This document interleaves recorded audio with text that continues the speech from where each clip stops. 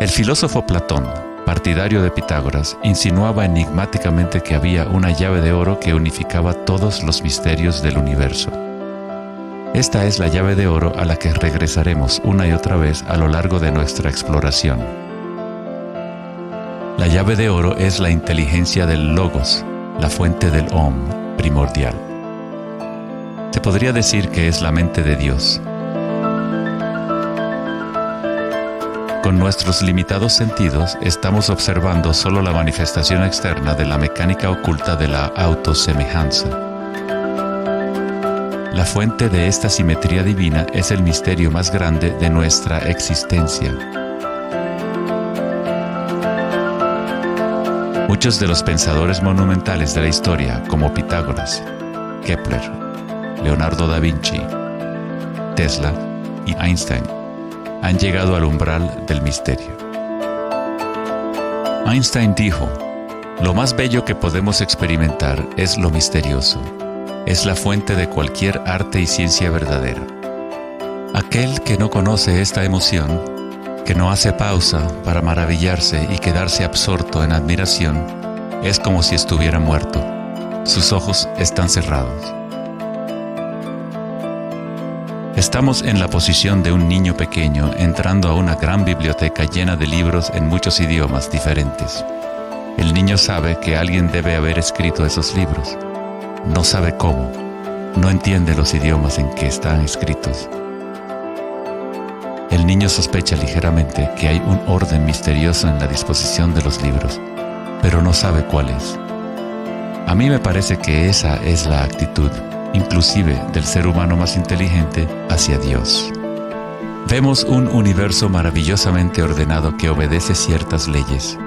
Nuestras mentes limitadas no pueden comprender la misteriosa fuerza que mueve las constelaciones.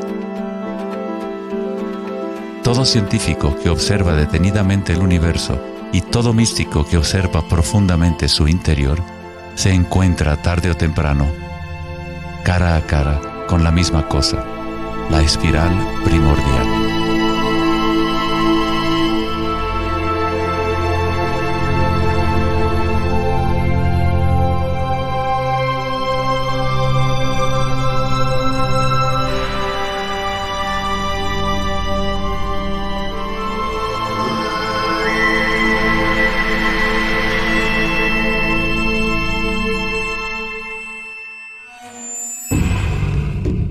Mil años antes de la creación del antiguo observatorio de Stonehenge, la espiral era un símbolo predominante en la Tierra. Las espirales antiguas se pueden encontrar por todas partes del mundo. Miles de espirales antiguas como estas se pueden encontrar en toda Europa, Nuevo México y Utah en Estados Unidos, Australia, China y Rusia, en virtualmente todas las culturas indígenas de la Tierra. Las espirales antiguas simbolizan el crecimiento, la expansión y la energía cósmica encarnada en el Sol y en el cielo. La forma espiral refleja el macrocosmos del universo mismo revelándose. En las tradiciones indígenas, la espiral es la fuente energética, la madre primordial. Las espirales neolíticas de Newgrange, Irlanda, se remontan a 5000 años.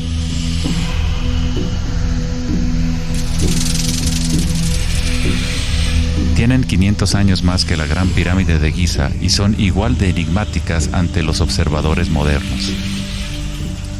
Las espirales se remontan a una época en la historia en donde los humanos estaban más conectados con la Tierra, con los ciclos y las espirales de la naturaleza.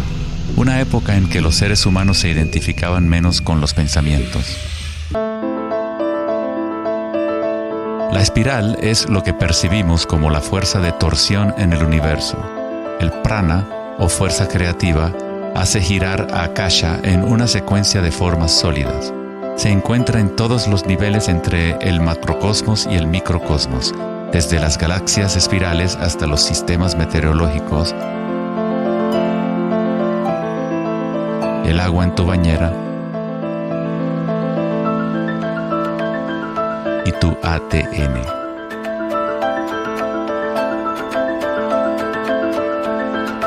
En la experiencia directa de tu propia energía, la espiral primordial no es una idea, sino más bien lo que hace posible toda condición e idea.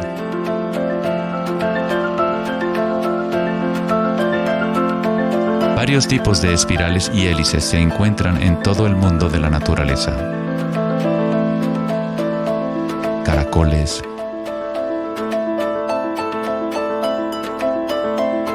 corales marinos,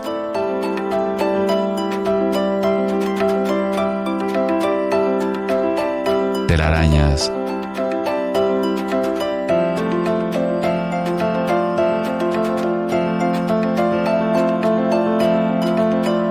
fósiles.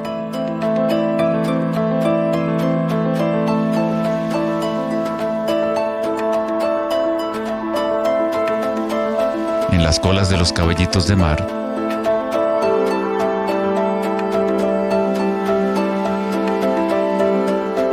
y en las conchas.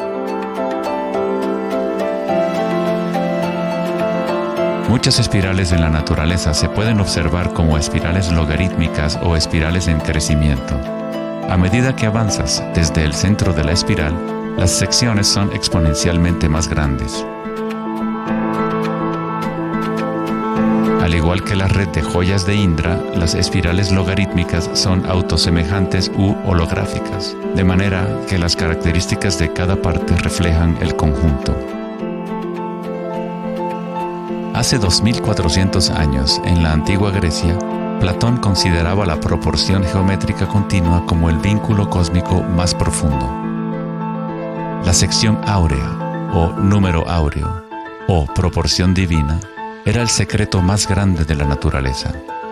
La sección áurea puede expresarse como la relación de A más B a es igual a la relación de A B. Para Platón, el alma del mundo se vincula en una sola resonancia armónica. El mismo patrón pentagonal que existe en una estrella de mar o en una rebanada de quimbombo se puede observar en la trayectoria del planeta Venus trazada en el cielo nocturno durante un periodo de 8 años.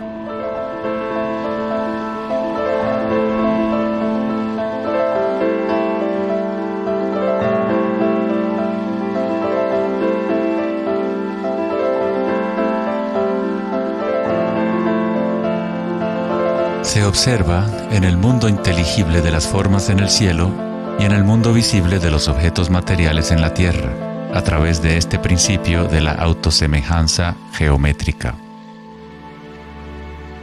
Desde los patrones autosemejantes del brócoli romanesco hasta las ramas de las galaxias, las espirales logarítmicas son patrones omnipresentes y arquetípicos. Nuestra galaxia de la Vía Láctea tiene varias ramas espirales logarítmicas con una pendiente de unos 12 grados. Cuanto mayor la pendiente de la espiral, más compactos son los giros. Al observar una planta que crece a intervalos de tiempo en un video, uno es testigo de su danza con la espiral de la vida.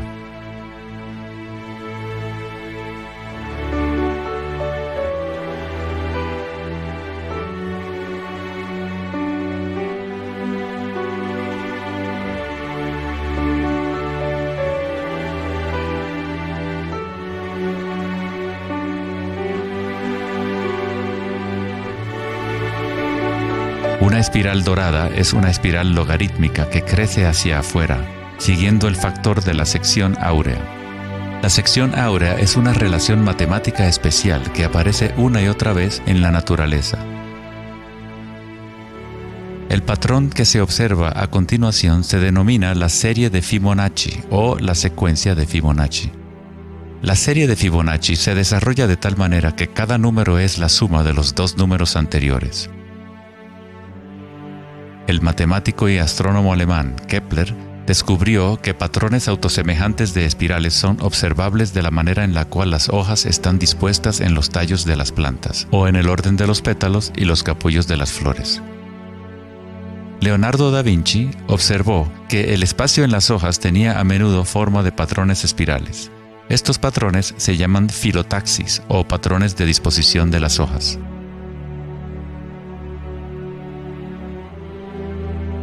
La disposición filotaxis se puede observar en los nucleótidos independientes del ADN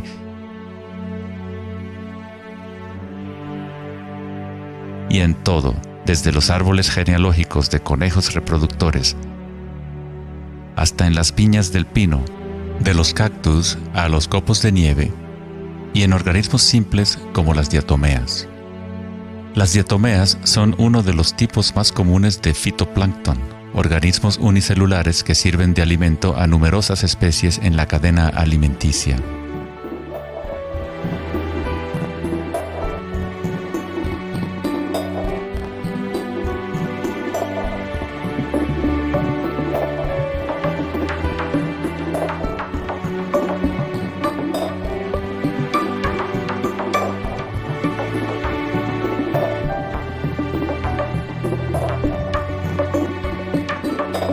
¿Cuánta matemática debes saber para ser un girasol o una abeja? La naturaleza no consulta al departamento de física para producir un brócoli. La estructura en la naturaleza ocurre automáticamente. Los científicos en el campo de la nanotecnología utilizan el término autoensamblaje para describir la forma en la cual se forman los complejos, como en la fase inicial de la formación hexagonal de ADN. En la ingeniería de la nanotecnología, los nanotubos de carbono se componen de una disposición similar de materiales. La naturaleza hace este tipo de geometría una y otra vez sin esfuerzo, automáticamente, sin una calculadora. La naturaleza es precisa y extremadamente eficiente. Según el famoso arquitecto y autor Buckminster Fuller, estos patrones son una función del espacio-tiempo. El ADN y el panal de abejas tienen esa forma por la misma razón que una burbuja es redonda. Es la forma más eficiente que requiere la menor cantidad de energía. El espacio en sí tiene una forma y permite solo ciertas configuraciones de la materia, siempre volviendo a lo más eficiente. Estos patrones son la forma más fuerte y eficiente de construir estructuras arquitectónicas como las cúpulas geodésicas.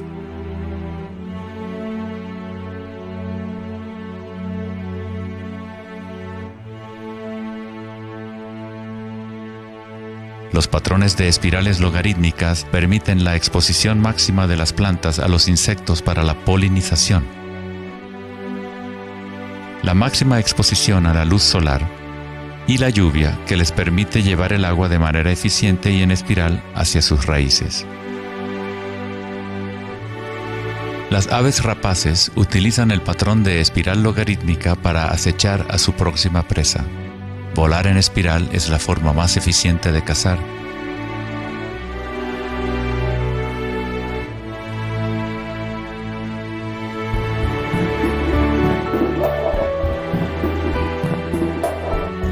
Nuestra capacidad de observar el akasha danzando la espiral de la vida hacia una forma material se relaciona con la habilidad de percibir la belleza y la simetría en la naturaleza.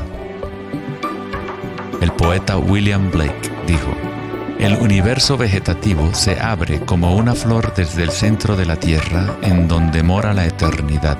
Se expande desde las estrellas hasta el caparazón mundano y ahí se encuentra con la eternidad de nuevo, tanto desde dentro como desde fuera".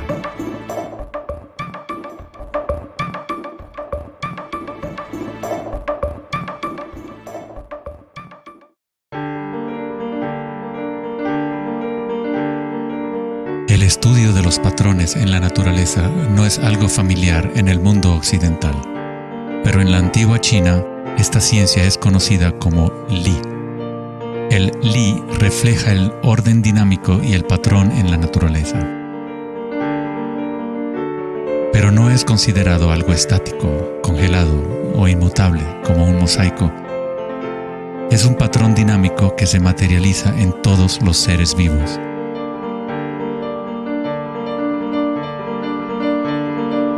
Las arterias de las hojas, las marcas de las tortugas y los patrones de vetas en las rocas son todas expresiones del lenguaje secreto de la naturaleza y del arte. El laberinto es uno de los muchos patrones de Li.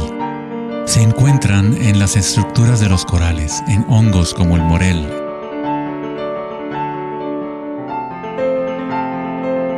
frijoles y en el cerebro humano. El patrón celular es otro patrón común en la naturaleza. Existe una gran variedad de diferentes estructuras celulares, pero todas tienen un orden similar definido según su propósito y función.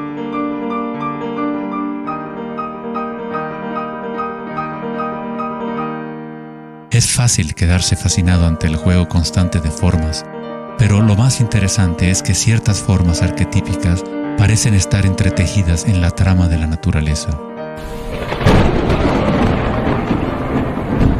El patrón de ramificación es otro patrón Lie, o modelo arquetípico observable en todos los niveles y en todas las escalas fractales.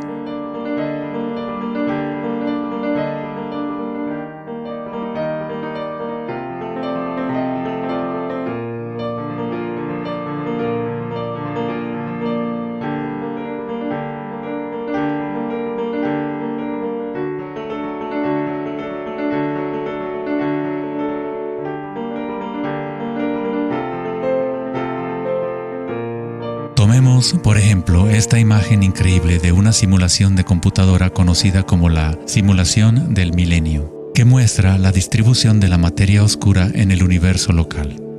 Fue creada por Max Planck Society en Alemania. La materia oscura es lo que antes considerábamos espacio vacío.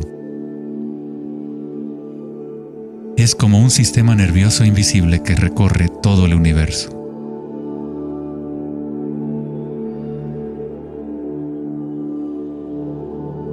El universo es literalmente como un cerebro gigante. Está constantemente utilizando un tipo de energía oscura u oculta que solo hasta ahora la ciencia empieza a entender.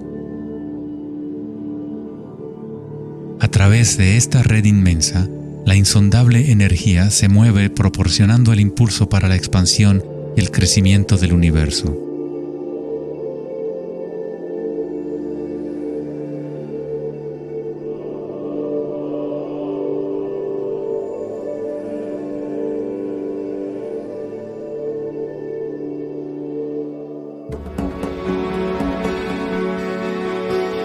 La naturaleza crea patrones de ramificación automáticamente cuando creamos las condiciones adecuadas. La naturaleza es una máquina generadora de arte o un motor creador de belleza. Aquí, la electricidad se utiliza para hacer crecer las ramas de cristal plata. El metraje es en intervalos de tiempo a medida que crecen durante varias horas. Los cristales se forman sobre el cátodo de aluminio cuando los iones se depositan por electrólisis a partir de una solución de nitrato de plata. La formación es autoorganizadora. Estás viendo arte generado por la propia naturaleza. Johann Wolfgang von Goethe dijo: "La belleza es una manifestación de las leyes secretas de la naturaleza, que de otra manera estarían ocultas para nosotros por siempre". En este sentido, todo en la naturaleza está vivo, organizándose a sí mismo. Cuando se usa alto voltaje en la ramificación fractal, esto se vuelve todavía más obvio. Está sucediendo en tiempo real.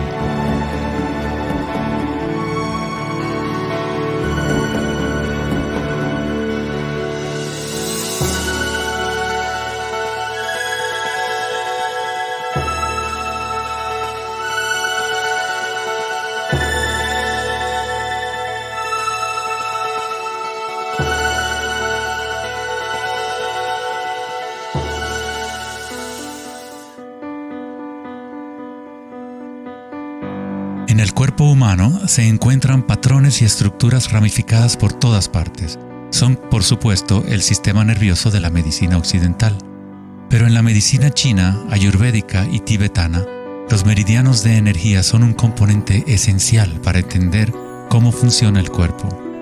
Los nadis o meridianos de energía forman estructuras ramificadas.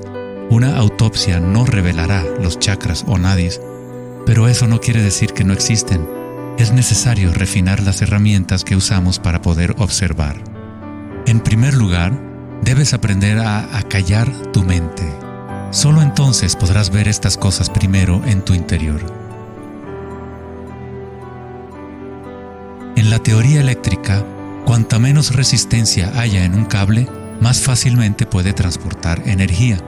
Al cultivar la ecuanimidad a través de la meditación, se crea un estado de no resistencia en tu cuerpo.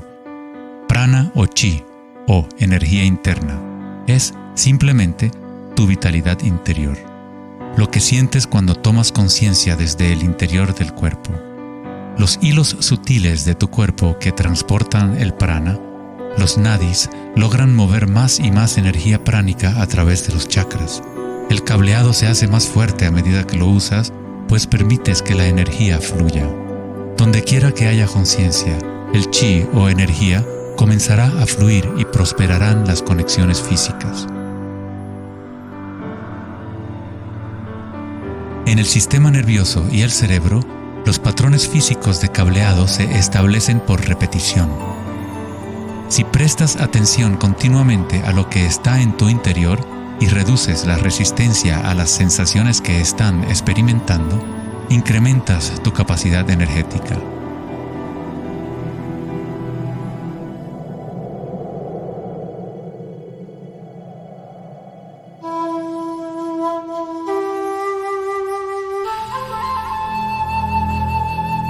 En el taoísmo, el símbolo del yin y el yang representa la interpenetración de las fuerzas en espiral de la naturaleza. El yin y el yang no son dos y no es uno. El antiguo concepto del ara está representado por un yin y yang o remolino en espiral. Es el centro de energía localizado en el abdomen, debajo del ombligo.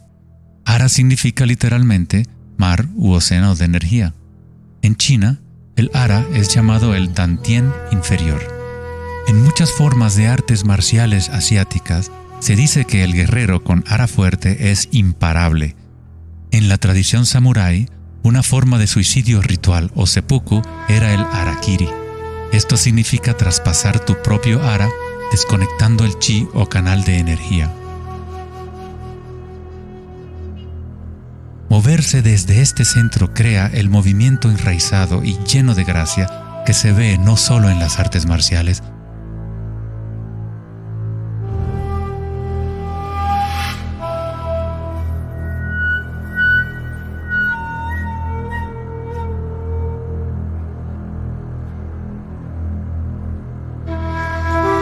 sino en grandes golfistas, bailarinas de danza del vientre,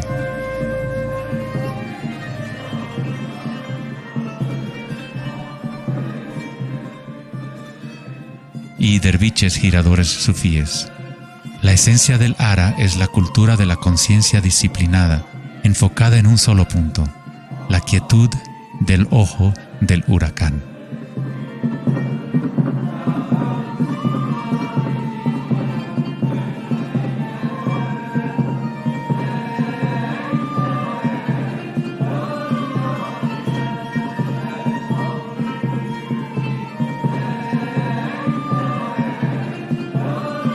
Es el instinto de nuestras entrañas con relación a nuestra propia fuente de energía.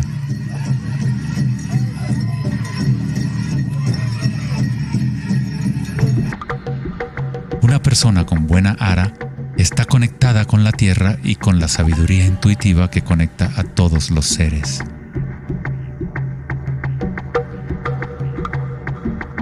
Pensar con tu vientre, el ara de Kengasai, es conectarte con tu sabiduría interior.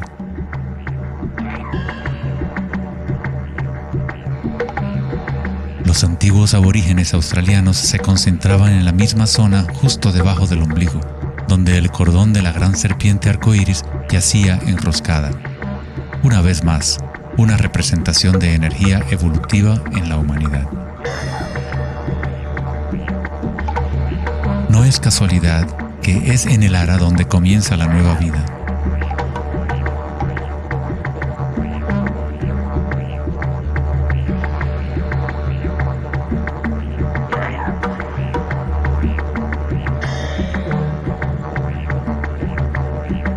El sistema nervioso entérico, a veces llamado cerebro intestinal, es capaz de mantener una matriz compleja de conexiones similares a las del cerebro en la cabeza, con sus propias neuronas y neurotransmisores. Puede actuar de forma autónoma, es decir, con su propia inteligencia. Se podría decir que el cerebro intestinal es una versión fractal del cerebro de la cabeza, o tal vez el cerebro de la cabeza es una versión fractal del cerebro intestinal. Un oso sano tiene un ara fuerte. Cuando un oso sabe dónde hurgar para encontrar hierbas, sigue el movimiento del chi a través de sus sentidos, centrando en el ara o vientre. Esta es la conexión del oso con la cabaña de los sueños, el lugar en las tradiciones indígenas de donde proviene todo el conocimiento y regresa hacia la espiral de la vida. Pero, ¿cómo conocían los antiguos pueblos la espiral si la ciencia moderna está apenas empezando ahora a reconocer su importancia? Pregúntale a las abejas. Ellas no se han olvidado de amar. Las abejas tienen una conexión especial con la fuente como parte de un sistema simbiótico que ayuda a la belleza y a la diversidad a florecer. Son un puente entre el macrocosmos y el microcosmos. Hay un corazón que nos conecta a todos, como una mente colectiva, por llamarla así. Al igual que un cerebro abierto, la colmena envía sus sueños al mundo para manifestarse.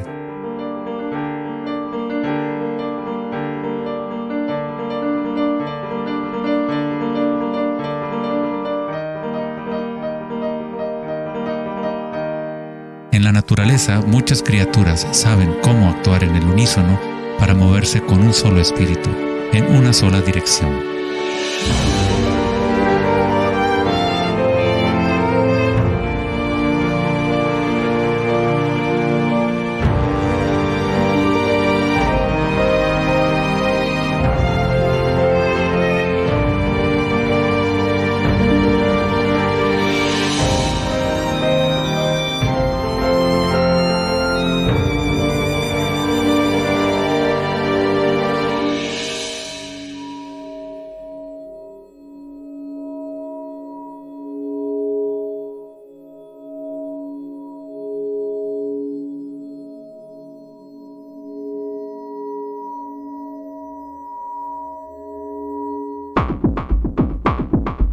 Pero no todos se benefician de las otras especies a su alrededor.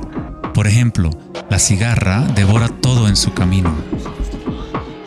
Una cigarra no tiene ninguna otra opción que actuar como cigarra. Nunca va a producir miel ni a polinizar plantas como una abeja. El comportamiento de una cigarra es rígido, pero un ser humano es único en el sentido de que podemos actuar como una abeja o como una cigarra. Tenemos la libertad de cambiar y manipular los patrones de la forma en que interactuamos con el mundo. Podemos existir en simbiosis o como parásitos.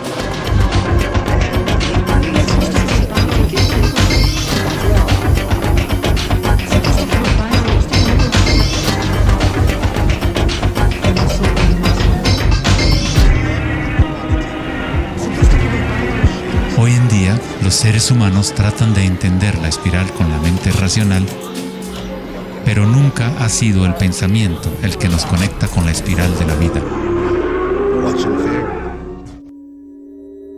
Siempre hemos estado conectados.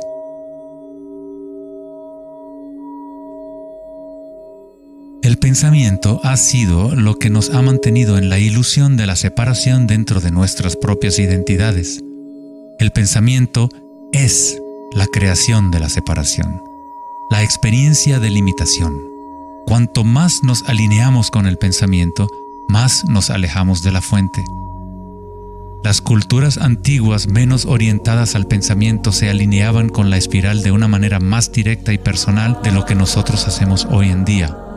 En la antigua India, el Kundalini es una representación de la propia energía interior que se mueve a lo largo de la columna vertebral en un patrón en forma de serpiente o hélice.